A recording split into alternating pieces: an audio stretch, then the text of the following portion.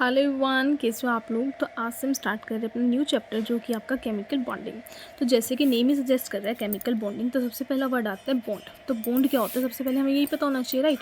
तो बॉन्ड क्या होता है, जैसे कि हम बात करते हैं हमारे बीच में बॉन्ड है, हमारी फ्रेंडशिप है, बॉन्ड है, इसलिए हमारी फ्रेंडशिप बनी हुई है, अच्छा बॉन्ड है। तो वही आपका बॉन्ड होता है। क्या बॉन्ड एक टाइप से क्या होता है आपका अट्रैक्टिव फोर्स। तो अट्रैक्टिव फोर्स का नेम क्या कहते हैं, बॉन्ड। तो बात आती है केमिकल बॉन्ड क्या होता है। केमिकल बॉन्ड क्या होता है, आपके पास दो स्पीसीज़ हैं, वो दो स्पीसीज़ कुछ भी हो सकती है, एटम्स हो सकती है, आयंस हो सकती है, ठीक है। उनके बीच में जो अट्रैक्टिव फोर्स लग रहा है उसको हम बोलते हैं केमिकल बॉन्ड। जैसे कि मान लो मैंने हाइड्रोजन लिया, एक हाइड्रोजन लिया, ये एटम है आपके, ये एक एटम है, एक एटम ही है, इनको कंबाइन करके बनता है आपका H2 मॉलिक्यूल।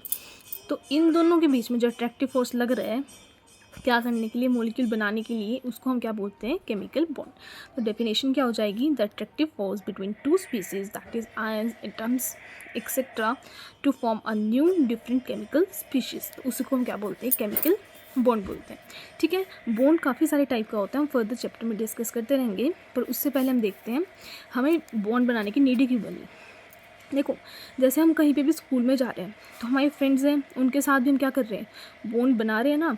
तो बॉन्ड हम क्यों बनाते हैं, ताकि हमें अकेलापन ना लगे, हमें ये ना लगे कि हमारा दिल नहीं लग रहा, हमें हमारे पास कोई होना चाहिए बात करने के लिए। तो वैसे ही एटम्स के साथ है, उनको नीड क्यों पड़ती है, स्टेबिलिटी के लिए।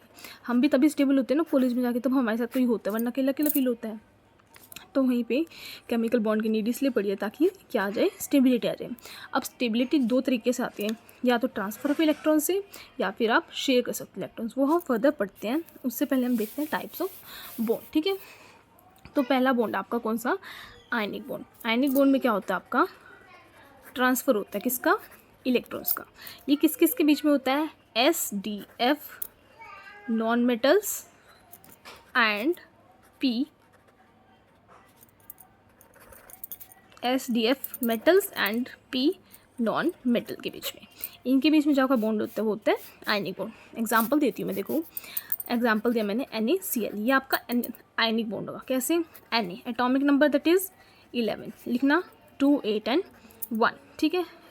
वैलेंस शेल में कितने इलेक्ट्रॉन है, 1। उसके बाद आता है क्लोरीन नंबर 17, 2 8 7, कितने इलेक्ट्रॉन्स हैं, वैलेंस शेल में 7। अब आपको पता है किसी को भी स्टेबल होने के लिए ऑक्टेट कंप्लीट करना है, तो इसको अगर हम 1 हटा दें तो ये 8 कंप्लीट हो जाएगा। तो ये एक क्या करता है, अपने इलेक्ट्रॉन रिमूव कर देता है, तो क्या बचता है 2 8।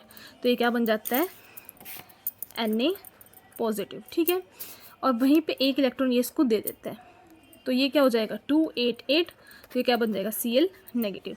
और पॉजिटिव और नेगेटिव आयंस बन गए, तो इनके बीच में अट्रैक्शन होगी, जो कि हम बॉन्ड में पढ़ रहे हैं। तो ये क्या बन जाएगा, NaCl। यही आपका क्या होता है, आयनिक बॉन्ड। आगे आयनिक बॉन्ड हम अच्छे से कंप्लीट पढ़ेंगे, बट अभी फ़िलहाल आपके लिए इतनी इन्फॉर्मेशन सफिशिएंट है, ठीक है। देन आता है आपका क्या, कोवलेंट बॉन्ड। कोवलेंट बॉन्ड होता है किसके बीच में, शेयरिंग ऑफ इलेक्ट्रॉन्स। सपोज करो मैं हाइड्रोजन हूँ, मेरे पास 2 हाइड्रोजन है, आपको पता है हाइड्रोजन के पास एक एक इलेक्ट्रॉन होता है। अब इसको भी अपना ड्यूप्लेट कंप्लीट करना है, इसको भी ड्यूप्लेट कंप्लीट करना है। ड्यूप्लेट ऑक्टेट हम पढ़ेंगे आगे, बट एक बार आप समझो कैसे है। तो ड्यूप्लेट मतलब होता है 2। तो इस हाइड्रोजन को स्टेबल होने के लिए 2 इलेक्ट्रॉन्स की रिक्वायरमेंट है। तो अब 2 इलेक्ट्रॉन क्या करेगा, ये इससे शेयर कर लेगा, और ये 2 इलेक्ट्रॉन इससे शेयर कर लेगा। तो आपका ये दोनों H2 मॉलिक्यूल क्या हो जाएगा, स्टेबल हो जाएगा। मैंने आपको बताया ना बॉन्ड किस लिए बनता है, बताया ना, स्टेबिलिटी के लिए बनता है। देखो पहले H स्टेबल नहीं था, लेकिन बॉन्ड बनाने के बाद H2 मॉलिक्यूल बन गया, जो कि आपका स्टेबल हो गया, ठीक है। ये आगे हम अच्छे से डिस्कस करेंगे, अभी मैं आपको सिर्फ ब्रीफ इंट्रोडक्शन दे रही हूँ कि क्या क्या होता है, ठीक है। उसके बाद कोवलेंट बॉन्ड के भी टाइप्स हैं, ये मतलब कोवलेंट बॉन्ड पढ़ाऊँगी आपको तब अच्छे से एक्सप्लेन कर दूँगी, बट अभी आप इतना समझो, ठीक है। उसके बाद आता है कोऑर्डिनेट बॉन्ड, जिसको हम क्या बोलते हैं, डेटिव बॉन्ड भी बोल सकते हैं हम कोऑर्डिनेट बॉन्ड को, ठीक है।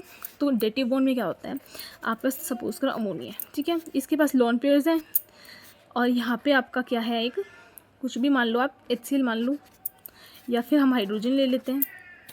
तो ये क्या करेगा, अपने लोन पेयर्स इसको डोनेट कर देगा। तो हम जो लोन पेयर्स डोनेट करते हैं वो हम कैसे दिखाते हैं, हमें ऐसे दिखाते हैं, ठीक है।